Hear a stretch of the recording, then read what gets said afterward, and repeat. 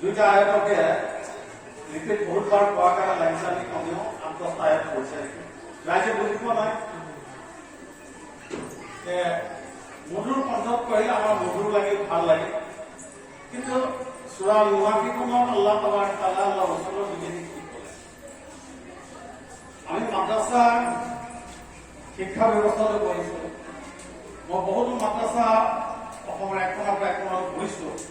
বিশেষকৈ বানান মাদ্ৰাসাৰ ক্ষেত্ৰত এটা পৰিৱেশ যিটো হ'ব লাগে শিক্ষা কেন্দ্ৰ মই আশা কৰোঁ এইটো মই অনুৰোধ আমাৰ মনে চাওঁ এটা ঘৰৰ পৰিৱেশৰ বাতাবৰণ যে ল'ৰা ছোৱালীখিনি যে আহে কিহৰ কাৰণে আহিছে আল্লাহ ৰাসূল সাল্লাল্লাহু আলাইহি ওয়াসাল্লামে কৈছিলে তোমালোকে মোক এগৰাকী আদৰ্শ মাতৃ দিয়া মই তোমালোকক এখন সমাজ দিম এখন ৰাষ্ট্ৰ দিম পুৰুষৰ ক্ষেত্ৰত পোৱা নাই কিয়নো মহিলাক মই যিমান ডাঙৰ অলি আল্লাহ এই দুনিয়ালৈ আহিছে আমাৰ আহমদ আলী চাহাব বৰ মাক সন্তানো আছে এজনে সন্তান 10,000 প্ৰতিদিন কাকি ৰহমতুল্লাহ আলাইহি ডাঙৰ অলি যিমান প্ৰমাণ আছে একেধৰণৰ মাকৰ মেহনতৰ এজন বুজুৰ্গানে দিছে আজি বুজুৰ্গ নহা হৈ গ'ল কিয় আজি বুজুৰ্গ পঢ়াইছ নাই এই যে কোৰআনেৰ যিটো সূৰা পড়লে মুনাফিকুন ইয়াৰ ওপৰত থেকে আমি অলপ চিন্তা চৰ্চা কৰোঁ আমি পথ পাওঁ কিন্তু কোৰআনে মানে পথ দেখাইছে আমি পথ হাৰা হৈ গৈছো আল্লাহ তাআলাই ক'লে যেতিয়া তুমি কোৰআনক লৈ আগবাঢ়ি যাব মই তোমাক সলপনত দিম ৰাজত্ব দিম শাসনভাৰ দিম যেতিয়া মুছলমানে কোৰআনক এৰি দিলে মুছলমান লাঞ্ছিত বঞ্চিত অপমানিত হৈছে আজি হৈছে না হুজুর সাল্লাল্লাহু আলাইহি ওয়াসাল্লাম একটা হাদিসে সূরা পরিবর্তন মত করেছে ওলমাই দিন আছে ভুল হলে কইব যে জাহান্নামের ভিতরে এনেকুৱা এখন জাহান্নাম আছে যিটো জাহান্নামে 700 বার আল্লাহ সুবহানাহু ওয়া তাআলা দিছে আজি জাহান্নামের ইন্ধন হ'ব পাথৰ আৰু শিল আৰু মানুহ দি ধৌধৌক জ্বলি থাকিব আৰু সেই জাহান্নামখন পৰাব কাফিৰৰ পেলাই মুশৰিকৰ পেলাই সেইখন জাহান্নামৰ পৰাবতা মুনাফিক মুনাফিকৰ চৰিত্ৰ কি হ'ল আপোনাৰ ওচৰত মই গ'লো মই আছো আপোনাৰ ওচৰত আছো আৰু যেতিয়া আঁতৰ হৈ গৈছে তাৰ ধেমালি কৰিছে আজি এই চৰিত্ৰটো আমাৰ সমাজত আছে এই চৰিত্ৰ আমাৰ মাজতে আজি আমি আগবাঢ়ি যাব পৰা নাই আল্লাহ তাআলাই কয় যেতিয়া তোমাক মই দিন দিছিলো সেই দিনৰ কাম কৰাৰ কাৰণে মাৰা কিবা মই অন্য সম্প্ৰদায়ৰ পৰা এই কাম কৰে আজি কৰাইছে না আজি ড্ৰাগছ আসক্ত মুছলমান হয় জুৱাৰী মদাহী চেৰাবী আজি আপোনাৰ নাবালিক ছোৱালী বিয়া হৈছে না আজি এই যে আইন এটা বনালে কিয় বনালে আল্লাহ ৰাসূল সাল্লাল্লাহু আলাইহি ওয়াসাল্লামে যিটো দিন দি গৈছে আল ইয়াউমা আকমালতু লাকুম দীনাকুম ওয়া আকমালতু আলাইকুম নি'মাতি ওয়া রাদিতু লাকুমুল ইসলাম দীনা এটি কে গায়ক যে আল্লাহ তাআলা ক'লে মই তোমালোকক সম্পূৰ্ণ জীৱন বিধান দিলো তোমালোকে এতিয়া আমাক কম বেছি কৰা আমাৰ এতিয়া নাই আল্লাহ ৰাসূলে যিটো দিন দিলে তাক আমি মুকম্মল দিব লাগিব আমি ইছলামৰ ৰঙেৰে ৰঙিত হ'ব লাগিব ইছলামৰ ৰং এইটো নহয় যে জুব্বা পিন্ধি ল'লো কাপোৰ কাৰ্যমতে পিন্ধিলো মহিলাসকলক হিজাব লগাই দিলো ইছলামিক পোচাক আমাৰ চাৰিত্ৰিক সুন্দৰী হ'ব লাগিব আমাৰ ব্যৱহাৰ ইছলামৰ হ'ব লাগিব আমাৰ লেনদেন ইছলাম হ'ব লাগিব যিটো লেনদেন আল্লাহ ৰাসূল সাল্লাল্লাহু আলাইহি ওয়াসাল্লাম আৰু সাহাবায়ে কেৰামে কৰি দিছে আজি সেইখিনি পৰা আমাৰ মাজত আছে আজি আমাৰ এই মাদ্ৰাসা মই যে কোনো যে 16 বছৰ আমাৰ মাদ্ৰাসাৰ 21 ষ্টুডেণ্ট আছে এইবাৰ কম তই ইয়াতে ছোৱালী আহে ৰাজাম পৰা শিকিবলৈ কোলা শিকিবলৈ আহে না ছোৱালী বিয়া দিলে কোন পছন্দ কিনা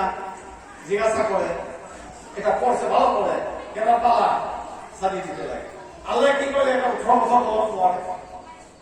এটা 18 বছর দিব বলে তো জেল খাব লাগিব কমসে কম আল্লাহ তাআলা আমার জাতি এটা বাইন্ডিং বানি দিছে যে 18 বছরের ছোৱালীকে ভাল শিক্ষাৰে শিক্ষিত কৰি দিলে যেটা আমাদেৰ হিসাবে কৈছে যে দুনিয়াতে আমাৰ ছোৱালীখিনি উর্দু শিকিলে কি শরীর যাব নেকি বা ক্যালকাটা যাব নেকি বম্বে যাব নেকি নাজানে আজি বাংলা ভাষাতে 86টা হাদিস আছে আজি আপোনাৰ বাংলাতে আছে, সেই বাংলাতে যদি ভালকৈ ছোৱালীখিনিয়ে পঢ়ি লয়, তাৰলগতে জেনেৰেল শিক্ষাখিনি লৈ লয়, তেতিয়াহ'লে সেই ছোৱালীখিনি যাতে ডক্টৰ ইঞ্জিনিয়াৰ হয়। আজি আমাৰ কেইজনী ছোৱালী আছে ডক্টৰ?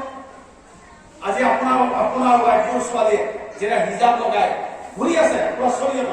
যেতিয়া বেমাৰ হয় তেতিয়া কাৰ ওচৰত যায়? ডক্টৰৰ ওচৰত যায় না? জানে যে ডক্টৰে পেটডাল টিপিলে নিজে মনত কৰে, হাত চাই নে নাচায়, বুকুত হাত বেছি লগাই চাই নে নাচায়? আপোনাৰ মনত উচ্ছ্বাস লাগে। কিন্তু আমি চেষ্টা কৰিছো নে আমাৰ মুছলিম ছোৱালী ডক্টৰ নিয়ক, আমাৰ মুছলিম ছোৱালী নাৰ্ছ হওক, চেলাইন কৰিব হলে আমাৰ মুছলিম ছোৱালী নাই আছে। আমি হাতত পূজা কৰি ললো, কিন্তু আমি আমাৰ স্ত্ৰী আমাৰ ছোৱালী আজি আমি সেইখিনি পৰ্দা য'ত আৱশ্যক হৈছে গৰ্ভ অৱস্থাৰ সময়ত, খালাচৰ সময়ত, আজি সেইকাৰণে এই মাদ্ৰাছা শিক্ষা ভাল লাগিছে যে আৰবী কলেজৰ অধ্যক্ষ মহোদয় আছে, তেখেতৰ পৰামৰ্শ লৈ ইয়াৰ পাঠ্যক্ৰম আধুনিক পাঠ্যক্ৰমৰ লগত যিখিনি ছোৱালী দিনী শিক্ষা আৱশ্যক সেইখিনি দি জেনেৰেল শিক্ষালে শিক্ষিত কৰি যদি আগবঢ়াই লৈ যায়, ইনশাআল্লাহ আমাৰ জাতি পাবই। আজি আপোনাৰ দিনক দিনে মাদ্ৰাছা সংখ্যা বাঢ়ি গৈছে, এতিয়াতো বহুত কমি গৈ আছে। কিয়নো এজন মানুহে যেতিয়া জাকাত দিছিল আগতে এখন মাদ্ৰাছাক 500 টকা 200 টকা 300 টকা দিছিল, এতিয়া কিমান দিব লগা? এজন মানুহৰ 10,000 টকা জাকাত দিলা, মাদ্ৰাছা কিমান টকা হৈছে? চব দুৰমৰ লগতে ভাল, মোৰ ক্ষেত্ৰত ঘৰ চবৰ লগত ভাল। কি হৈছে? আগতে খানা দিছিলে, এতিয়া 100 টকা যোৰা বেয়া নহব, 100 টকা হৈছে, কেৱল আৰু 90 টকা আছে। এই যে আমাৰ সংখ্যাটো মাদ্ৰাছা যাতে আমাৰ ভাল হয়, আৰু মাদ্ৰাছাৰ যিটো পৰিৱেশ থকা ৰুমৰ পৰিৱেশ যাতে গুদাম ঘৰ নহয়। মই যে বেছিভাগত দেখিছো গুদাম ঘৰ, ঠিক নাই, দুখন দৰ্জা থাকিব আৰু ৰুমৰ ভিতৰত আপোনাৰ একদম দুৰ্গন্ধ, কাপোৰৰ গোন্ধ। মাদ্ৰাছাৰ প্ৰধান শিক্ষক আপুনি চাওক, কালি যদি ডিচি আহে, কালি যদি জিলা প্ৰশাসনৰ মানুহ আহি চাই, কালি আপোনাৰ মাদ্ৰাছাখন বন্ধ কৰি দিব নেকি? তেতিয়া নুশুনিব কোনো, তেতিয়া ভাউজাই কৰা বৰ্ডৰ মানুহ নাই। কিন্তু এই পৰিৱেশটো আমাৰ ডিষ্ট্ৰিক্টত, আমি শোণিতপুৰ জিলাৰ ভিতৰত মুছলমান সংখ্যা আমি ডিষ্ট্ৰিক্টত চবতকৈ কম, এই শোণিতপুৰ ডিষ্ট্ৰিক্টত। আমি ইয়াৰ পৰিৱেশ অনুযায়ী আমি আমাৰ মাদ্ৰাছাৰ তাৰ বাউণ্ডৰী বেলা, কিয় আমাৰ ভনীসকল আছে, আমাৰ ছোৱালী আছে, এই মাদ্ৰাছাৰ যে পেচাব পায়খানাখিনি অতিকৈ নিম্নগামী আছে। মই আমাৰ মেম্বাৰ্ছৰ লগত ভাত খাওঁতে কৈছিলো যে আপুনি মেম্বাৰ হৈ আছে, আপুনি ইয়াত কমচে কম লেট্ৰিন বাথৰুমৰ ব্যৱস্থাটো কৰক। কিয়নো চৰকাৰৰ পৰা পানী স্কিম আছে, জলৰ নিগম আছে, সেইখিনি আপুনি কৰক। কিয়নো এইটো হৈছে চৰকাৰী জাৰি। গতিকে বিশেষ একো নকওঁ, আল্লাহ তোমাৰ কম সময় মই চাবলগীয়া দ্বিতীয়বাৰ আহিলো। আল্লাহ তোমাৰ কালে আমাৰ দিনী অনুষ্ঠানত যাতে ল'ৰা ছোৱালীক এইটো কাৰণে দিওঁ যাতে মোৰ ছোৱালীজনীয়ে দিনী শিক্ষালে শিক্ষিত হয় আল্লাহ আৰু ইয়াৰ পৰিৱেশটো যাতে উন্নত কৰাৰ কাৰণে মেনেজিং কমিটিক অনুৰোধ কৰো। তেখেতসকলে আপোনালোক দেখিব আপোনাৰ পৰিৱেশ যেতিয়া ভাল হ'ব, মানুহে মন কৰিও চান্দা দিব। আল্লাহ তোমাৰ কালে আমাৰ সকলোকে